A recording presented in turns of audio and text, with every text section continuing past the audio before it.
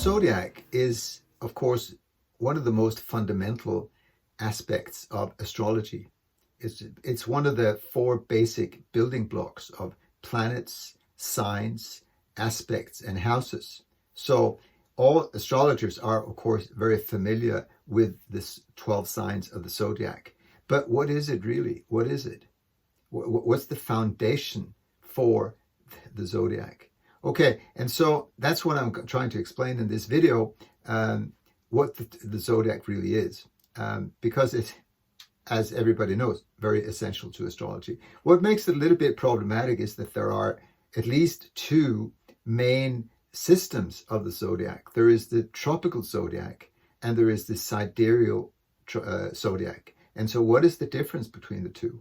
Apart from that there are 24 degrees apart, meaning that if I am born in Aries, which I am, I have Sun and Moon in Aries, and I have Libra rising. And so if I convert to Indian astrology that uses the sidereal system, I will all of a sudden become a double Pisces with Virgo rising. And okay, that doesn't really sound so familiar for me, but that's a kind of a strange idea. But the question is, can they both be right? Can you use both types of zodiac? Isn't one zodiac has to be right in relation to the other? And so that's what we're trying to get a grasp on in this video. Okay, so the point is that the tropical zodiac is the path of the Earth around the sun, which is called the ecliptic, right? And so what you do is that you take the ecliptic, which is a circle of 360 degrees, and you divide it into 12, which 30 degrees in each, and that is the sign of the zodiac, okay? And so it's a kind of a very abstract zodiac, and it's hard to understand why that can be the zodiac, okay? And so in practice, the tropical zodiac is more perceived as a symbolic zodiac of this abstraction of the ecliptic being divided into 12 sections. And that's why many people like better the sidereal zodiac, because it seems more real, because the sidereal zodiac is the actual constellation of fixed stars.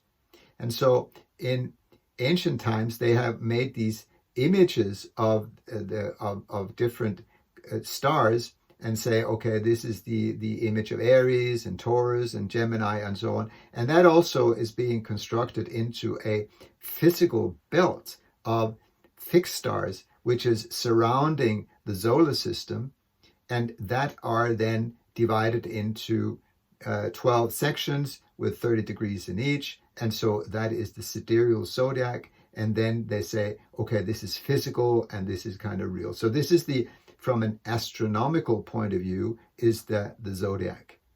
And so I read an Indian astrology book where they said that this is the original zodiac and the tropical zodiac is some kind of derivation from that. Okay, so that just to have those 2 points clear what the difference is between the tropical and the sidereal zodiac. And so Western astrology is based on the tropical zodiac, and Indian astrology, and I also believe anthroposophic astrology inspired by Rudolf Steiner, I believe that is also sidereal, okay, and other systems and so on. But and so I will try to explain why I believe that the tropical zodiac is the correct one, and I will explain why. But I have to have some background first, and we can start by looking at a chart. When you look at the horoscope, and what you will notice when you see the horoscope is that the horizontal line of the chart, which is between the ascendant and descendant, that is the horizon, that is the Earth, okay? It's a flat plane. And so what you see in the horoscope is that the planets are moving in the horoscope. So the sun and the planets are moving clockwise through the day, and they're moving anti-clockwise through the year. And the reason for this is that because you imagine that the Earth is moving around the sun in one rotation and it's spinning around its axis in the other rotation, and therefore then you have two opposite rotations. But the point being here is that actually the astrological practice, when you look at a chart, is taking the standpoint that the Earth is stationary, it doesn't move, but it's the sky that is moving and the planets that are moving, which is the way we perceive the sky. And so therefore, most people will say, and astronomers and scientifically oriented people will say that astrology is a load of nonsense, because that's not the way the solar system works at all.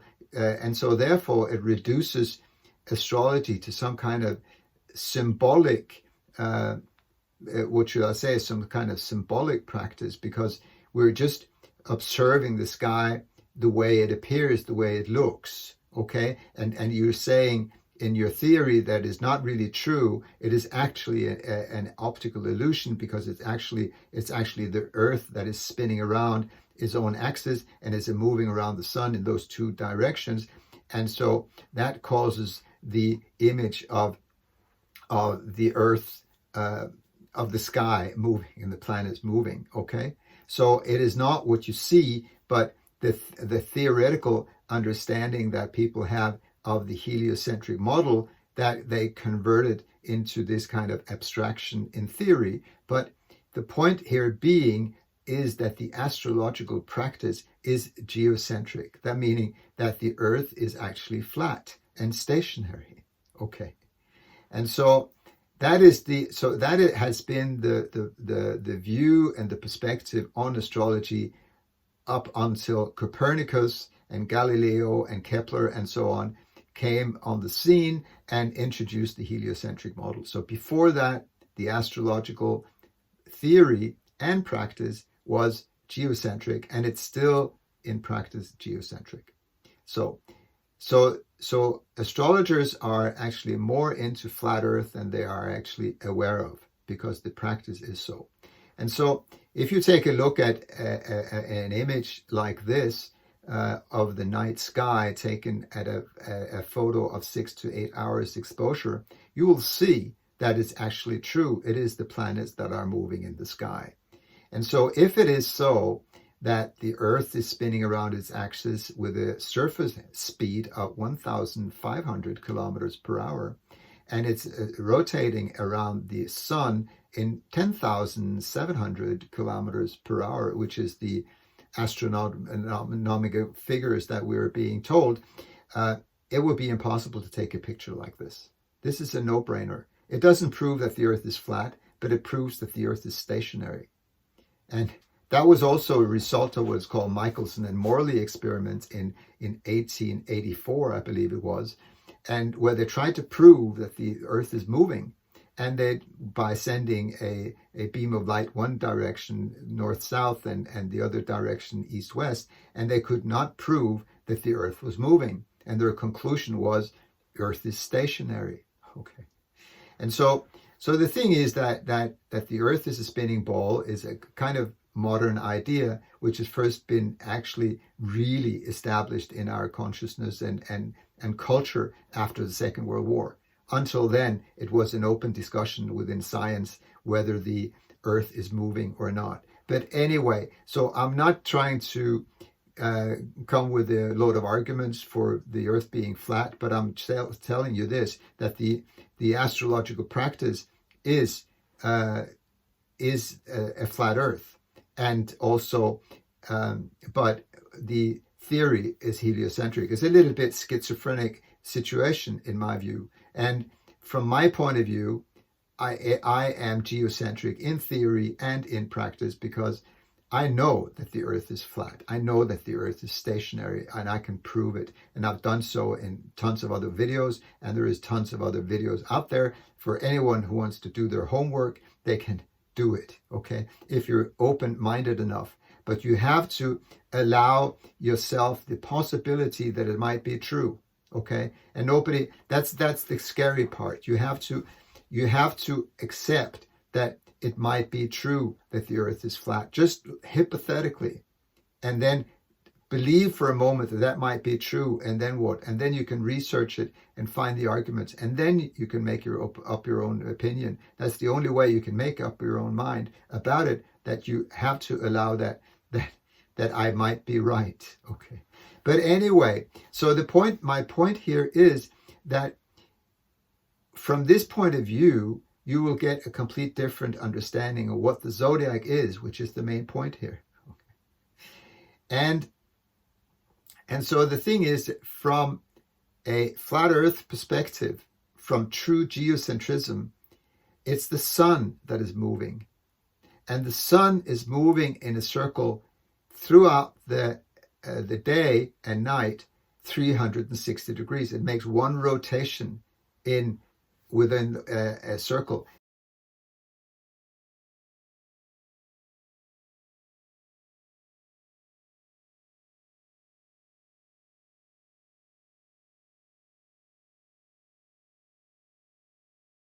And that circle, which is the true ecliptic, which is the path of the sun, that is being divided into 12 sections, and those sections are the astrological signs. So that means that the tropical zodiac is in reality physical, and it is the path of the sun. Okay. And so from this perspective, I definitely believe that this is the authentic and the original zodiac, and they knew that 2,000 years ago. But what they needed 2,000 years ago, before they had clocks and so on, as we do, at least, wristwatched and so on, they needed to know where are the planets and the stars at nighttime. And so what they did was that they projected the tropical zodiac onto the night sky. And then they said, okay, there is a cluster of stars that can look like Aries. Okay, what about those stars? We can make that look like Taurus, and we can make those look like Gemini, and so on. And so therefore, they projected the tropical zodiac onto the sky, and that is the sidereal zodiac, in my view. Okay? And so therefore, the tropical zodiac is the original one, and the sidereal zodiac is a projection of that. So, but 2,000 years ago, those two zodiacs were then aligned, and so it wasn't really any practical problem.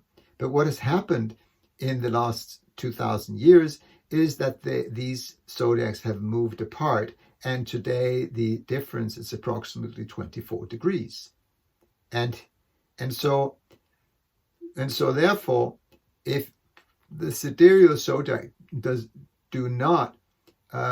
not correct those 24 degrees and adjust their zodiac, they're going to be 24 degrees wrong. Simple as that. Yes, that's my view. And even Richard Tarnas, who is a major important astrologer and knows his stuff, I believe that someone told me that he said that in a lecture, that the sidereal zodiac has to make that adjustment. And so that is the whole point here, that from a true geocentric perspective, the zodiac is, as I said, the ecliptic, and therefore it makes the zodiac real in that sense. And now in this model, the sun is not 149 million kilometers away. No, it's local, it's close, and it's only maybe just a couple of thousand kilometers away. And so it's a whole new worldview that one has to get adjusted to. But the thing is that this makes this makes astrology into a complete different ballgame. And astrology is no longer this symbolical jimbo jumbo, which Robert Hahn said it's bullshit, but it's bullshit that works, okay? But still, so that's why the theoretical foundation for astrology is completely nonsense. That you have this symbolic division of the Earth's paths around the sun and so on. But if you see it, it is the movement of the sun in its own path. That is the division of the zodiac. Then it makes more sense. Okay. And in my view, I think that this makes astrology into natural science. And I think astrology is the original science, the main science.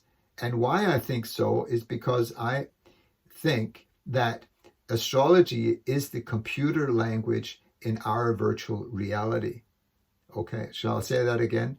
Astrology is the computer language in our virtual reality. I believe that we are in a matrix. I believe that the world is a consciousness phenomenon.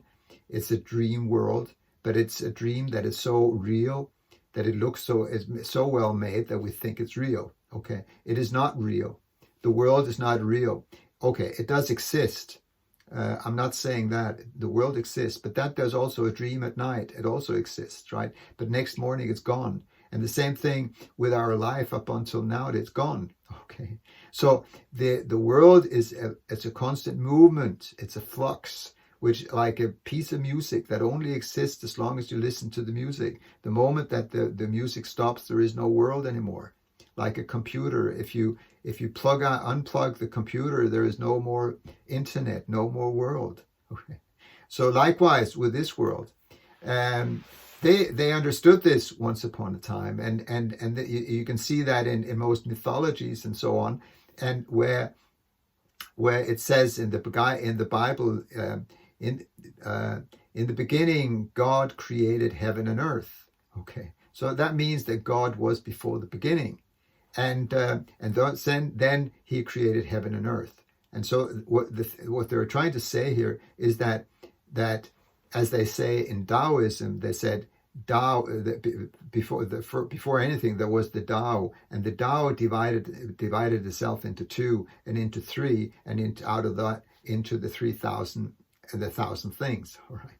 So the thing is that creation comes from that consciousness or unlimited potential or God or this basic intelligence inherent, which doesn't have any beginning or end. It's just existence. It's consciousness. Okay, it's unlimited potentials, as the physicist would say. And from that moment on, it appears a polarization of two forces, and then energy comes into the world of plus and minus, of yin and yang, and of heaven and earth, masculine and feminine, and so on. And so from this polarity, all creation appears.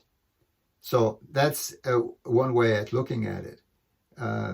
The physicist Nassim Haramein, he has a great way of explaining it, where he says that if you look inside a swimming pool and the water is completely still, so if you look inside, there is absolutely nothing happening because the water is still, right? And so that you can imagine, that is the world before anything is created. That is just God in itself. There is no phenomena. There is nothing manifest. There is only the unmanifested consciousness. Okay.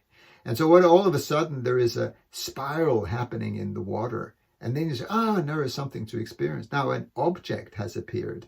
And that appears because there all of a sudden is this polarization of energy that is able to create a spiral. And then another spiral comes, and then another spiral. And so it spirals on, and eventually there is a whole lot of action and a whole lot of things to experience in the swimming pool. And so eventually you have a world. So that's a concept of how this world could be created put in a very, very simple way, starting from the unlimited potential, the unmanifested, which then becomes manifest through the polarization of opposites. Okay, so and then the analogy here is that if you look at what is happening on a computer screen, it is more or less the same model, in the sense that everything that happens in a computer is made of two signals, 0 and 1, and it is the mathematical combinations between those two electromagnetic signals that creates the world, the digital world, the virtual reality that we do have experience on a computer screen or a telephone or a TV. All right. So in principle, the same thing. And so I believe that this was what the mystics and the ancient times, when they had a deeper understanding of the world than we do have today, they realized this. And so what they said, this is my hypothesis, so just take it as my speculation. And so I think that the mathematical combinations between the planets and the stars, that is the computer language of our virtual reality, in the same way that the mathematical combinations between 0 and 1 in a computer is the computer language of the virtual reality within the digital world. Okay. So if this, from this perspective on, astrology becomes a real science, because it is the deeper intelligence behind the creation. And so from this perspective, from this idealistic perspective, the world is a projection of consciousness, and it's so well made. This dream world, as Plato said in his famous Allergy of the Cave, as the Shakespeare said, that we aren't just on a stage in a world which dreams are made upon, and so on. And so this is not a new thing that I've all of a sudden invented. And my background is Indian philosophy, or what is called Advaita Vedanta, which is non-dualistic Vedanta, and so on.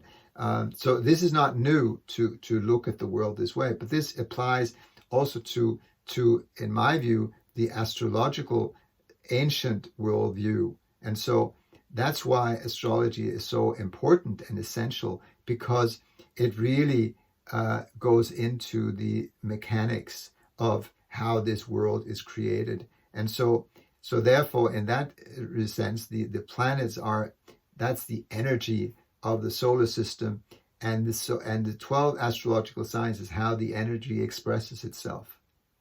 And so that is the zodiac. Okay. And how the energy expresses itself is that the zodiac is a cycle of growth, like, and it's replicated in nature, in the sense that if you start with the first sign of the zodiac, which is Aries, which is the 21st of March, it's the vernal equinox. Okay, that's the beginning of the zodiac, and that's then nature becomes infused with a special energy of, there is enthusiasm, there is a inspiration, there is energy, there is a new beginning, right? We feel that in the spring, and nature is like that. You plant the seeds and they start to grow. Okay, so that's a cycle of energy and cycle of consciousness, that which is the zodiac really is, and that's on many levels. And one level is the changes that happen in nature throughout the year.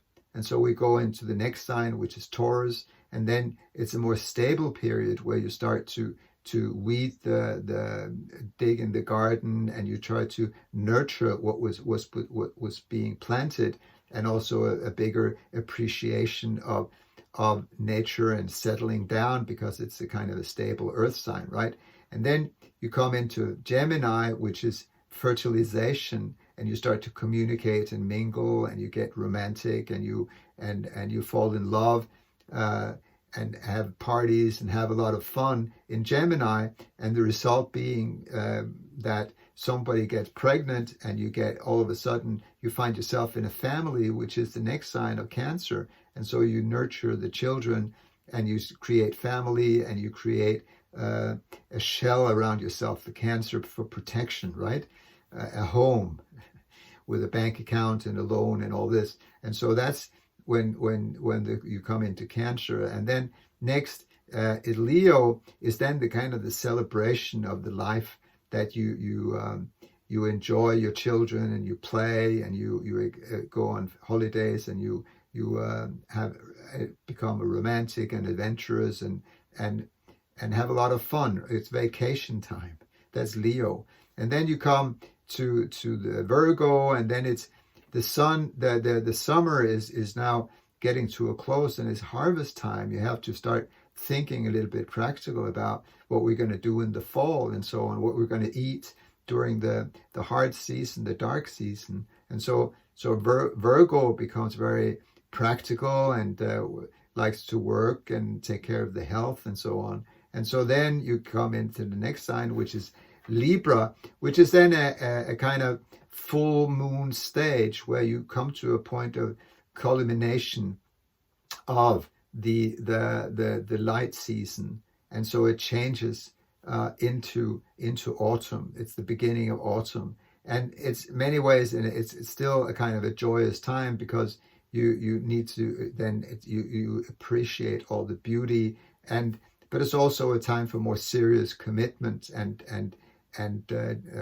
negotiations and deals of how you should relate to each other in the darker, in the bad times that are coming. Okay.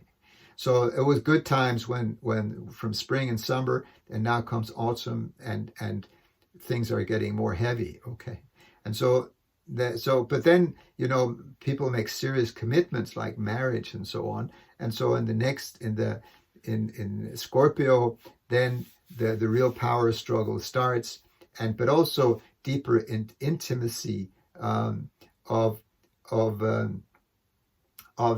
the relationship happens in Scorpio, and it's a sign of life and death, either or. And so you have to be true to yourself. You have to stand up for who you are when it comes to Scorpio. But then in nature, what happens in nature is that nature is dying. The leaves are falling off the trees, and the farmer will make a compost. Okay, and within the compost, the nature, everything is rotting and becoming new earth. So this is the therapeutic process of cleaning out things that doesn't work anymore, things that are stagnant and sick and so on. That is being healed in this process of going through this rotting process in Scorpio. But new life appears, and then you come into Sagittarius with a whole lot of more optimism. But then it's become so cold or dark outside, so people sit in by the fireplace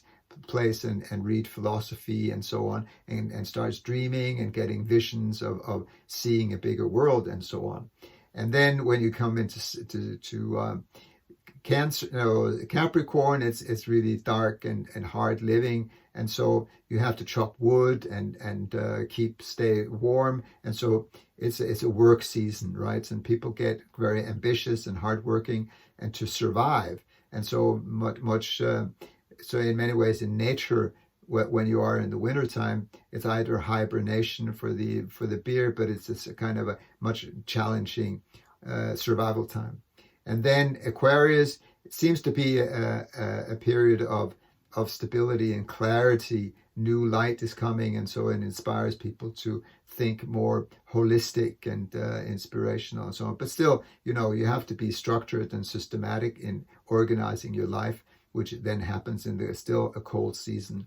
And then you come to the sign of Pisces, and so spring is approaching, and it's this last sign of the zodiac where everything dissolves, where also you kind of recapitulate what happened through the cycle, and you reflect on who you are and the meaning of everything. And it's a sign of transcendence where the ego kind of lets go, and it's really also a kind of a death process in nature where the cycle is finished and you are preparing for a new birth, which then happens in the next sign of Aries. So this is a way of looking at the zodiac as a cycle of growth, a cycle of change, an energetic cycle. You can see it in nature, but it also represents smaller adventures, like when you start something, it goes through that cycle. And so you could also say like the moon cycle, from the cycle of from new moon to the next new moon, is then also the moon goes through the 12 signs of the zodiac and then replicates this cycle of growth, not throughout a year, but throughout 29.5 days, which is the moon cycle. And so this universal cycle of change, which is the zodiac, it is then, you can see it in many versions. Also, even throughout the day, from sunrise to the next sunrise, is also the sun will then move through the 12 signs of the zodiac, and then it making an energetic imprint on each sign. Okay, so that means that each hour of the, or at least astrological hour of the day, carries a certain energy and carry a certain vibration. And likewise, the days where the moon is in a certain sign carries a certain vibration, which is being influenced by the sign that the moon is in. And also throughout the year, in the month that we are, the sun is in a certain sign, that will also influence the world. So this is then you can have this much more energetic approach and understanding of what the zodiac is, and the dynamics between the planets and the stars, which is through the energy and how the energy manifests itself. Okay, so this is my take on what the zodiac really is. And the zodiac and astrology is much more concrete. Astrology is really the original science. It is natural. It's a natural science of understanding the deeper mathematical mechanisms of how this world is constructed. And so, as Dane Rudyard said, that astrology is the algebra of life. So deeply is astrology is mathematical. The whole, when you look at the chart, it's a clock. The solar system is a clock, and it's a horizontal plane above the flat Earth plane. That's been the model all along. And so and the sun is moving one way. It is not moving two ways. So there is something basically wrong with the horoscope. So we should have, if you should be geocentric both in theory and practice, then the zodiac should be clockwise. It's a mistake that and it's a serious mistake that the way the zodiac is being perceived in the tropical zodiac is a counterclockwise zodiac. And but the sidereal people, they got it right, because the sidereal zodiac is clockwise, if anybody minds checking, because the constellations in the sky are clockwise, but not the astrological chart. So the astrological chart is being reversed, which has a very dark meaning. It's a kind of a satanistic practice of making this into an upside world where you take truth and you reverse it. And so that has been done with the zodiac, which is really serious business. But I still must admit that in practice, I'm used to reading the chart that way. So I'm used to looking at a reversed zodiac. But it is really wrong, and if you should have a truly geocentric theory and practice to astrology, then you should have a chart where the zodiac moves clockwise, and the planets and the sun, they move the same direction throughout the day and throughout the year, which they in nature, in reality, also does. Okay, also, yeah. Okay, so this is, as I said, this is my take on what the zodiac really is, and some ideas about what astrology is. And so there is much more to this, because also the flat Earth model is a simplification. It's even more advanced, because we are within a torus field. We are within an electromagnetic torus field, I believe, and many with me. And the planets and the skies is really a projection. it's a holographic projection onto the sky, and we don't actually see the real solar system. What we're seeing is these projections. This is hard to explain, and also because I don't quite understand it. But if you look at an image like this, you will see that's a kind of a representation of how the world is, that the world is this horizontal plane within this field, within this torus field. And this ancient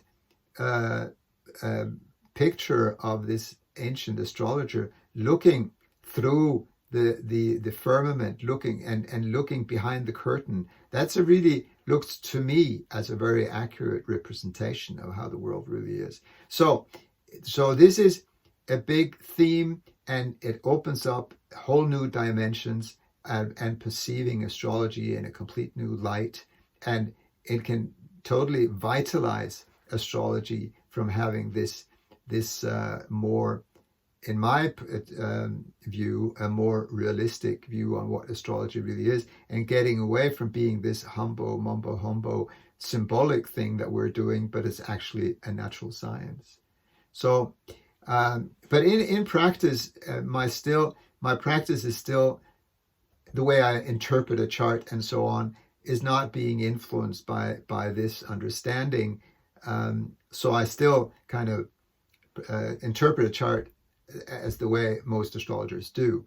But so this only actually applies to a more kind of metaphysical understanding, a more theoretical understanding of what are we actually doing, what is astrology, how does it work, and what is the zodiac, and what is the difference between the two zodiacs, and which one is the right one. And I think, and I'm pretty convinced that from this perspective on, that the Earth is actually flat, and the solar system is much closer. It's just a couple of thousand kilometers above our heads. It's a flat plane of the planets and so on. And from this, and within this model, then the zodiac is the path of the sun, and then the sidereal zodiac is a projection of that, and making the tropical zodiac the real zodiac.